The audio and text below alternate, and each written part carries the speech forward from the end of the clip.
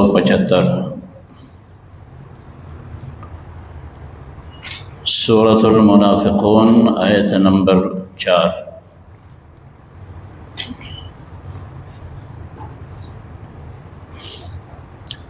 سبحانك لا علم لنا إلا ما علمتنا إنك أنت العليم الحكيم۔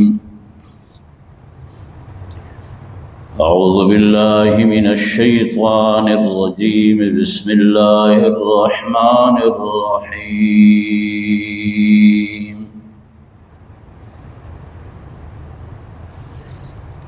وإذا رأيتهم تعجبك أجسامهم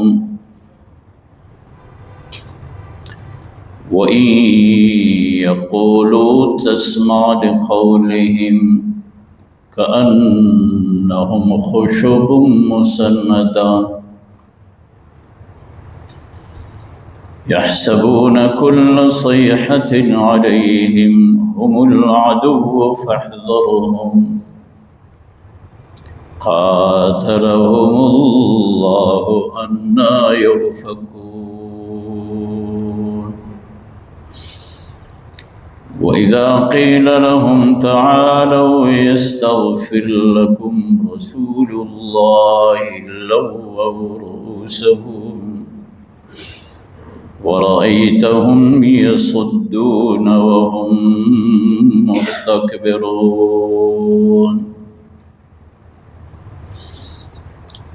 سواء عليهم استغفرت لهم أم لم تستغفر لهم لن يغفر الله لهم إن الله لا يهدي القوم الفاسقين۔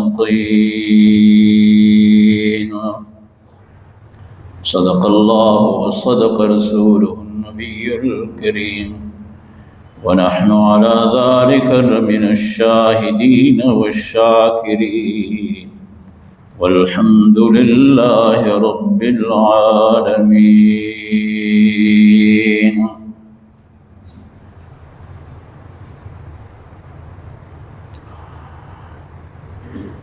سورۃ منافقین کی ابتدائی آیتوں میں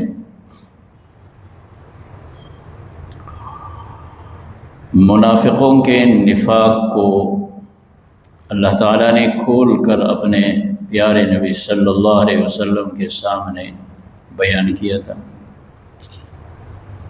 کہ ظاہری طور پہ آپ صلی اللہ علیہ وسلم کے سامنے حاضر ہو کر آپ صلی اللہ علیہ وسلم کی نبوت و رسالت کا اقرار کرتے ہیں، لیکن حالت ان کی یہ ہے کہ جب وہ کافروں کے پاس جاتے ہیں تو ان کے ساتھ بیٹھ کے کہتے ہیں انا معکم انما نحن مستہزئون، ہم تو تمہارے ساتھ ہیں۔ ان کے ساتھ ویسے ہی مذاق کرتے ہیں، جاتے ہیں، ایمان لاتے ہیں، کوئی ایمان نہیں۔ تو فرمایا انہوں نے ایمان کو اپنے لیے اسپر بنایا ہے، ڈال بنایا ہے، ڈرتے ہیں کہیں ایسا نہ ہو کہ ہم مسلمانوں کے زد میں آ جائیں۔ ان کے کفر کے وجہ سے اللہ تعالیٰ نے ان کے دلوں پہ مہر لگا دیا۔ یہ ایک بات۔ دوسری بات یہ ہے کہ رات میں نے سورت کے شان نزول کے حوالے سے آپ کے سامنے کچھ بات رکھی تھی، وہی باتیں ذہن میں ہو تو پھر آگے اب ترجمہ سمجھ میں آ جاتا ہے کہ غزوہ بنی المصطلق کے موقع پہ جب کہ دو صحابی کا آپس میں اس طرح کچھ اختلاف ہوا تھا، پھر ایک صحابی نے یعنی انصار صحابی کے حق میں انصار جمع ہو گئے تھے اور مہاجر کے حق میں مہاجرین جمع ہو گئے تھے۔ یہ رات میں نے عرض کیا تھا۔ تو اللہ کے رسول صلی اللہ علیہ وسلم نے جب دیکھا ان کی یہ حالت ہے تو آپ صلی اللہ علیہ وسلم تشریف لائے اور پھر آپ صلی اللہ علیہ وسلم نے انہیں نصیحت کی کہ یہ کیا جاہلیت کے کام ہے تم کر رہے ہو، اسلام میں تو یہ چیزیں اب نہیں ہیں، سارے آپس میں مسلمان ہو، بھائی ہو۔ تو یہاں پہ جو منافقین تھے ان میں سے ابن ابی جو تھا اس نے ایک شوشہ چھوڑا تھا، اب آگے وہ بیان بھی آ رہا ہے۔ انہوں نے انصار سے یہی کہا تھا کہ کیا تم نے ان کو سروں پہ بٹھایا ہے، ان کو تم نے عزت دی تھی، یہ عزت کے قابل نہیں ہے، یہ ہے وہ ہے، یہی بات ایک صحابی نے اللہ کے رسول صلی اللہ علیہ وسلم کے سامنے بیان کر دی، لیکن وہ ایک عمر کے لحاظ سے چھوٹی صحابی تھے، زید بن ارقم، اور اس کے متعلق کسی کو یہ خیال بھی نہیں آ رہا تھا کہ اس طرح کی بات انہوں نے کی ہوگی۔ بعد میں جب قرآن کی آیتیں اتری سورۃ منافقون، پورا کا پورا ان کے راز کو، ان کی دشمنی کو کھول کے بیان کر دیا۔ اب یہی کہا جاتا ہے وَإِذَا رَأَيْتَهُمْ تُعْجِبُكَ أَجْسَامُهُمْ، یہ منافقوں کی حالت یہ ہے۔ اے رسول خدا علیہ السلام، جب آپ ان کو دیکھیں گے نا تو ان کے قد و کاٹ آپ کو تعجب میں ڈالے گا۔ وہ بڑے اچھے انداز، آپ کہیں گے اللہ والا ہے۔ ظاہری شکل و حیت جب آپ ان کا دیکھیں گے آپ کو تعجب ہوگی۔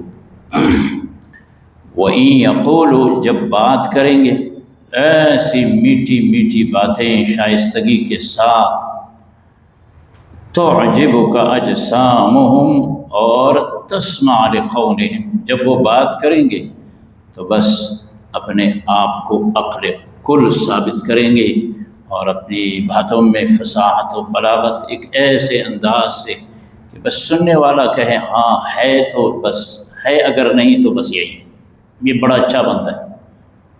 یہ کون؟ اللہ تعالیٰ نبی علیہ السلام سے فرما رہے ہیں کہ منافق بن ٹن کے آپ کے سامنے آتے ہیں ظاہری لحاظ سے، اور پھر جب بات کریں گے ایسے انداز سے بات کریں گے کہ آپ کہیں گے کہ ہاں آپ پیغمبر خدا بھی بڑے اچھے انداز سے ان کی گفتگو کو سنیں گے۔ اب ایسے شخص پہ کون گمان کرے گا کہ یہ دھوکے باز ہے؟ ایسے شخص پہ کون گمان کرے گا کہ یہ دو نمبری ہے؟ وہ اس طرح پیغمبر کے سامنے اپنے کو پیش کرے گا۔ لیکن اللہ کریم فرماتے ہیں کأنہم خشب مسندہ، ان کی ظاہری قد و کاٹ تو اس طرح ہے لیکن اندر سے یہ خالی خولی ہیں، جس طرح کہ ایک لکڑی دیوار کے ساتھ لگائی گئی ہو جو کسی کام کے نہ ہو۔ یہ ایک بات۔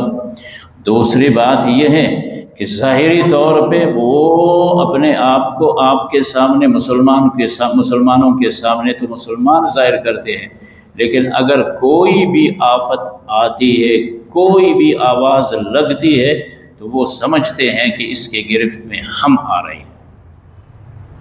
کیوں؟ وہ سمجھتے ہیں کہ ہم دھوکے باز ہیں، اس لیے فرمایا ہم العدو فاحذرہم، یہی منافقین یہ عدو ہے، یہ دشمن ہے۔ ان کی ظاہری حالت پہ نہیں جائیے، ان کی میٹھی میٹھی باتوں پہ نہ جائیے، یہ اندر سے کچھ ہیں اوپر سے کچھ ہیں۔ ہم العدو قاتلہم اللہ، یہی ہے دشمن، اللہ ان کی گردنیں مار لے۔ انا یؤفکون، دین اسلام سے کہاں پھرے جا رہے۔ میں نے رات آپ سے عرض کیا تھا کہ جب ابن ابی سے عبادہ بن صامت نے کہا تھا کہ اب بھی موقع ہے کہ تیرے متعلق یہ کہا گیا ہے کہ آپ نے کہا ہے کہ جب ہم مدینہ جائیں گے تو وہاں سے ہم مہاجرین کو نکال دیں گے، جو ہم میں قوت والا ہے وہ کمزور کو پکڑ کے مدینے سے نکال دے، مکے سے آئے ہوئے ہیں واپس چلے جائیں، اس طرح کی باتیں آپ نے کی ہیں۔ اب بھی موقع ہے، جاؤ رسول اللہ صلی اللہ علیہ وسلم کے سامنے معذرت کر لو، اللہ کے نبی آپ صلی اللہ علیہ وسلم آپ کے لیے دعا کریں گے، استغفار کریں گے۔ تو انہوں نے انکار کیا تھا۔ انکار کر کے کیا کہا تھا؟ اجی تم نے ایک دفعہ مجھے کہا کلمہ پڑھو، پھر میں نے کلمہ پڑھا، پھر تمہیں کہا تھا کہ زکوٰۃ دے دو، پھر میں نے زکوٰۃ دے دی، اب پھر کیا میں جا کے محمد کو سجدہ کر دوں؟ ٹھیک ہے نا؟ اس کی اسی بات کو اللہ پاک قرآن میں بیان کر رہے ہیں، پیغمبر کو بتلا رہے ہیں۔ وَإِذَا قِيلَ لَهُمْ تَعَالَوْا يَسْتَغْفِرْ لَكُمْ رَسُولُ اللَّهِ، جب ان سے کہا جاتا ہے چلو نا آؤ اللہ کے رسول کی خدمت میں حاضر ہو جاؤ، تمہارے لیے استغفار کریں گے، لَوَّوْا رُؤُوسَهُمْ، پھیر لیتے اپنے سر، چھوڑو، وَرَأَيْتَهُمْ يَصُدُّونَ وَهُمْ مُسْتَكْبِرُونَ، آپ دیکھیں گے ان کو کہ وہ کیا کرتے ہیں، اوروں کو بھی آپ صلی اللہ علیہ وسلم کے مجمع سے اور دین سے روکیں گے اور خود بھی تکبر کریں گے۔ اب ایک ایسا شخص اگر بالفرض و بالمحال پیغمبر کی خدمت آئے بھی، پیغمبر اس کے لیے دعا کرے بھی، اللہ کریم فرماتے ہیں میرا فیصلہ یہ ہے سواء علیہم ان کے حق میں میرا فیصلہ بالکل برابر یوں ہے، استغفرت لهم ام لم تستغفر لهم، آپ استغفار کریں یا نہ کریں، لن یغفر اللہ لهم، اللہ نہیں بخشے گا۔ اللہ پاک نے اپنا فیصلہ سنا دیا۔ پیغمبر علیہ السلام سے فرمائیں کہ آپ کو میں نے ان کی پوری حقیقت بتلائی ہے، یہ دین دشمن ہے، یہ اسلام کے دشمن ہیں، یہ پیغمبر کے دشمن ہیں، یہ ان کو میں اندر سے جانتا ہوں، اگر یہ آپ کے پاس آتا بھی آپ استغفار کرتے تب بھی میں اس کو نہیں بخشتا۔ اور چند دن واپس پہنچ کے مدینہ میں زندہ رہا اور اس کے بعد پھر وہ مر بھی گیا۔ آگے بھی اسی طرح یہی بات چل رہی ہے۔ چنانچہ ارشاد خداوندی ہے، اعوذ باللہ من الشیطان الرجیم، بسم اللہ الرحمن الرحیم، وَإِذَا رَأَيْتَهُمْ تُعْجِبُكَ أَجْسَامُهُمْ، منافقین کے متعلق کہا جاتا ہے جب آپ انہیں دیکھیں گے تو ان کا قد و کاٹ ظاہری وہ آپ کو تعجب میں ڈالے گا۔ وَإِن يَقُولُوا تَسْمَعْ لِقَوْلِهِمْ، اگر وہ بات کریں گے تو آپ ان کی بات کو بھی غور سے سنیں گے، لیکن یہ تو ان کی ظاہری حالت ہے، اور باطنی حالت ان کی یہ ہے کأنہم خشب مسندہ، گویا وہ لکڑی ہے دیوار پہ تکیہ دیے ہوئے، دیوار میں لگایا ہوا۔ یحسبون کل صیحۃ علیہم، یہ اندر سے چونکہ برابر نہیں ہے، ظاہری دعویٰ اسلام و ایمان کا کر رہے ہیں، پر جب کوئی بھی آواز لگتی ہے تو پھر وہ سنتے ہی گمان کرتے ہیں کہ یہ ان پہ ہی آفت آ کے پڑ رہا ہے، وہ سمجھتے ہیں کہ اب ہماری گرفت ہو رہی ہے۔ ہم العدو فاحذرهم، رحمت دو عالم صلی اللہ علیہ وسلم سے فرمایا یہی ہے دشمن، آپ ان سے بچیں، یہ کسی صورت بھی ایمان والی نہیں ہے۔ قاتلہم اللہ، ان کی گردن اللہ مارے، قتل کریں، انا یؤفکون، یہ کہاں الٹے پاؤں پھرے جا رہے ہیں اسلام سے۔ وَإِذَا قِيلَ لَهُمْ، جب کہا جاتا ہے ان سے، تعالوا، آؤ، یستغفر لکم رسول اللہ، تمہارے لیے معافی مانگے تمہارے حق میں، تمہیں بخشوائے رسول اللہ صلی اللہ علیہ وسلم، لووا رؤوسہم، وہ پھیر لیتے ہیں اپنی سروں کو، ورأیتہم یصدون، اور آپ انہیں دیکھیں گے کہ راہ خدا سے، اسلام سے وہ لوگوں کو بھی روکیں گے، خود بھی رک رہے ہیں۔